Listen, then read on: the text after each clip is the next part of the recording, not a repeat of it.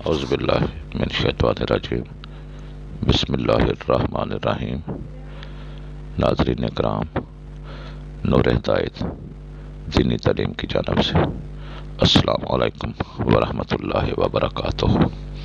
تو ناظرین کرام، آج میں جو ویڈیو لے کر آیا ہوں یہ حدیث مبارکہ ہے۔ اس میں اللہ رب العزت کی مہربانیاں ہیں۔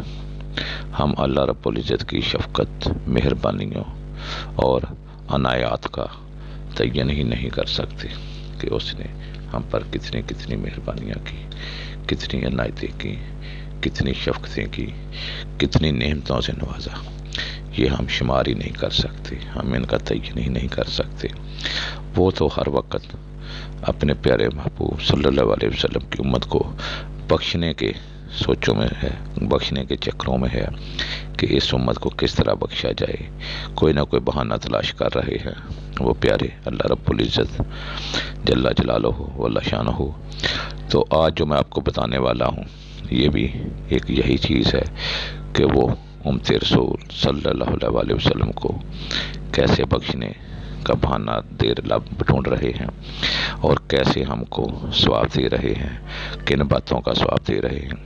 تو آئیے یہ سب سننے سے پہلے جنہوں نے ابھی تک میرے اس چینل کو سبسکرائب نہیں کیا اس سے گزارش ہے کہ اس کو فوری سبسکرائب کر لیں، ساتھ لگے ہوئے گھنٹی کے بٹن کو بھی دبا دیں تاکہ ہر آنے والی ویڈیو آپ تک بر وقت پہنچتی جائے، اور اس کے ساتھ ساتھ اس کو آگے شیئر بھی کیا کریں، شروع سے آخر تک ضرور سنا کریں۔ یہ صدقہ جاریہ سمجھ کر اس کو شیئر کیا کریں تاکہ آپ کو اور مجھ کو اس کا بھی ثواب ملے۔ تو وہ کیا فرماتے ہیں اللہ رب العزت کی زبان سے، اللہ رب العزت کا کلام، اللہ رب العزت کی بتائی ہوئی باتیں حضور اکرم صلی اللہ علیہ وسلم اپنی زبان مبارک سے کیا فرماتے ہیں۔ وہ فرماتے ہیں کہ حضرت ابو ہریرہ رضی اللہ تعالیٰ عنہ سے روایت ہے کہ رسول اللہ صلی اللہ علیہ وسلم نے فرمایا، اللہ رب العزت کے کچھ فرشتے راستوں میں اللہ کا ذکر کرنے والوں کو ڈھونڈتے رہتے ہیں، اور جب ان کے اللہ کا ذکر کرنے والے مل جاتے ہیں تو اپنے ساتھی فرشتوں کو پکارتے ہیں کہ ادھر آؤ، تمہارا مقصود حاصل ہو گیا ہے، یعنی اللہ کا ذکر کرنے والے مل گئے ہیں۔ یہ فرشتے ان لوگوں کو اپنے پروں میں ڈانپ لیتے ہیں اور آسمان سے زمین تک طے بطے پہنچ جاتے ہیں۔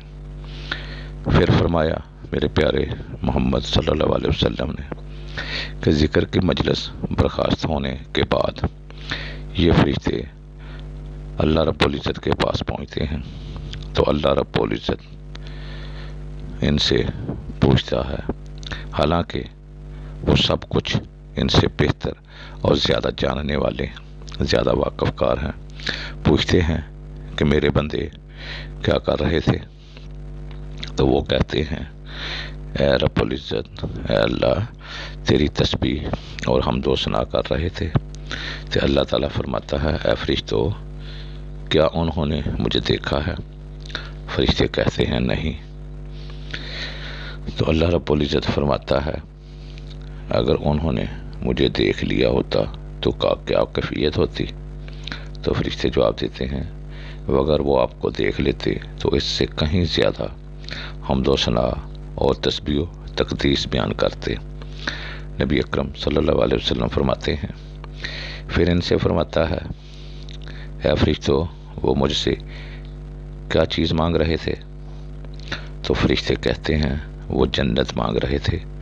تو اللہ رب العزت پھر ان سے فرماتے ہیں، انہوں نے جنت کو دیکھا ہے جو اس کی طلب کر رہے ہیں؟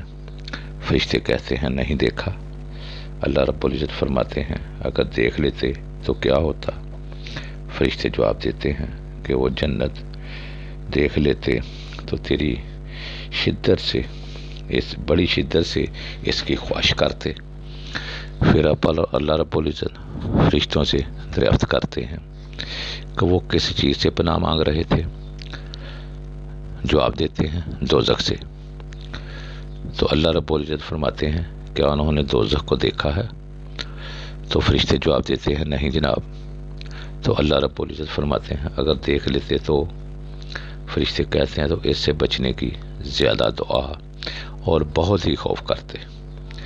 پھر اللہ رب العزت فرماتے ہیں اے فرشتوں میں تمہیں گواہ بناتا ہوں، ان لوگوں کو میں نے معاف کر دیا۔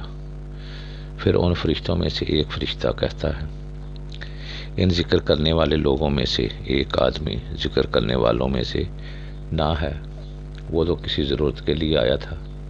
تو اللہ رب العزت فرماتے ہیں وہ ایسے لوگ ہیں جن کا ہم نشیں بھی محروم نہیں رہتا، وہ یہ ایسے لوگ ہیں جن کا ہم نشیں بھی محروم نہیں رہتا۔ یہ صحیح بخاری شریف کی ہے، صفحہ نمبر 404 حدیث ہے، صحیح بخاری شریف صفحہ نمبر 404۔